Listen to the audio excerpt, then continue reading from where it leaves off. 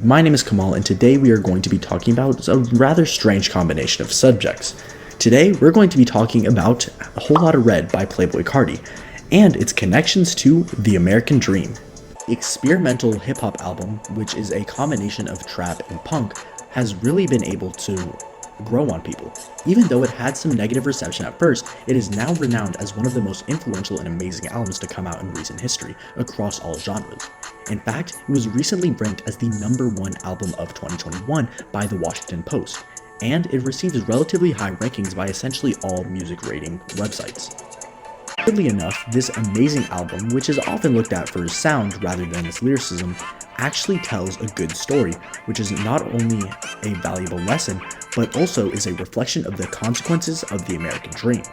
As arguments about immigration and the future of the American dream in the United States has started to arise amongst US citizens, it might actually garner some takeaways for us to make connections to a lot of modern day media.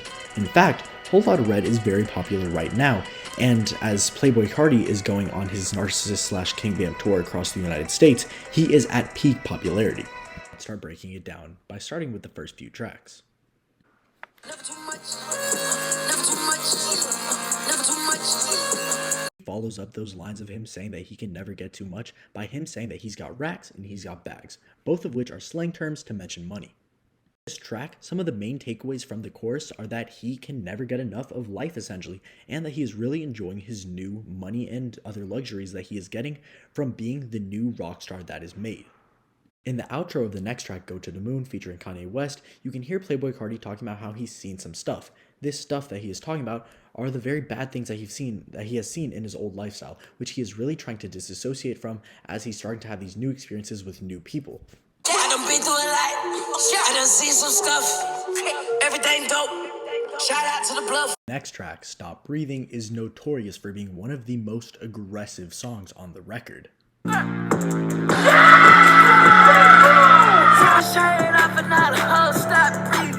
In the rest of the song, he talks about how ever since his brother died, he has been thinking about homicide.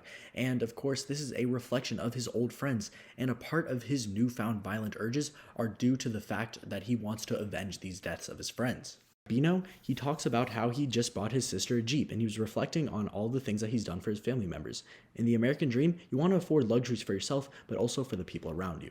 Just being a reflection of the consequences of the American dream, Whole Lotta Red reflects all aspects of American life, including the current gun problem, current drug problem, but also COVID-19. On the song, he talks about his experiences in quarantine, where he repeats the phrase "jump out the house" on the song about 27 times. In fact, he also talks about how he has this brand new SRT, a type of fast car, that he cannot even drive due to the fact that he can't leave the house.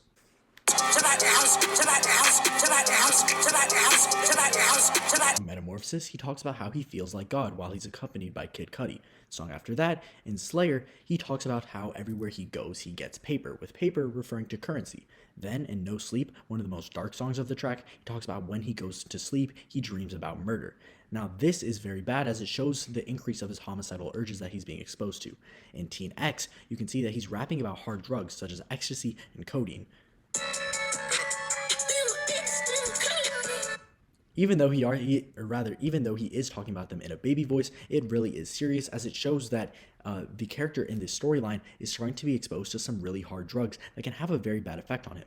In the next song, Meh, is a continuation of his violent urges. In Vamp Anthem, you can see that he's really starting to take over this vamp persona.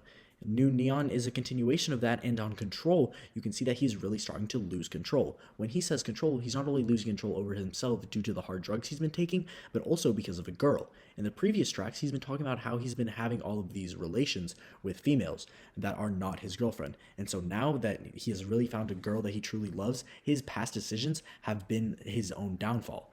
And the song after that, Punk Monk, he reflects on his decisions with the label that he is currently signed to. This is not only a representation of the real Playboi Carti, but also the storyline, as he talks about how the people who were closest to him that had actually taken him to the top are actually now betraying him. In the song after that, On That Time, he talks about how he rides around town with a Draco, a type of gun, and how he puts it on his son that he will leave his opposition in the cement. You can really see how this sense of violence and guns and money is really starting to take over his brain. As the tracks progress, A few songs later, you have Sky and then Over, and Over is where things really start to go downhill.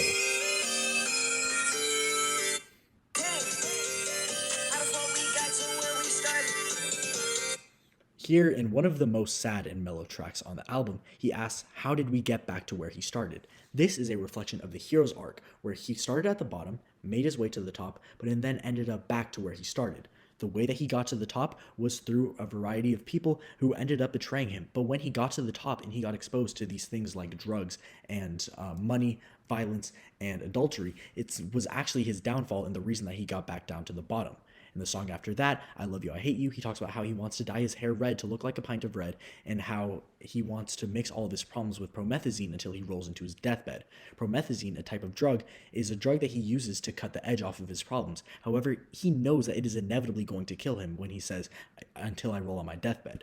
In the song after that, Die for Guy, he talks about his old friends and how even though he wanted to be just like his brother, who was a thug and selling drugs, it is a reflection of how in America, in a lot of communities, some of the worst people are seen as role models. So even though he followed his role models, he still ended up at the bottom.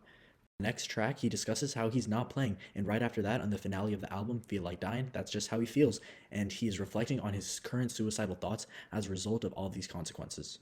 The dream can be accessed by anyone who is an immigrant or someone who was born in the United States, but that includes the ability to reach whatever level in society you want. However, sometimes that can be a bad thing, and it leads to consequences, and we can see that exact thing in Whole Lotta Red.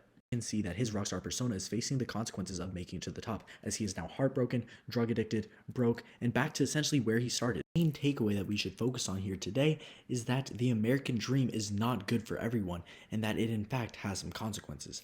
Thank you for watching my analysis of this storyline.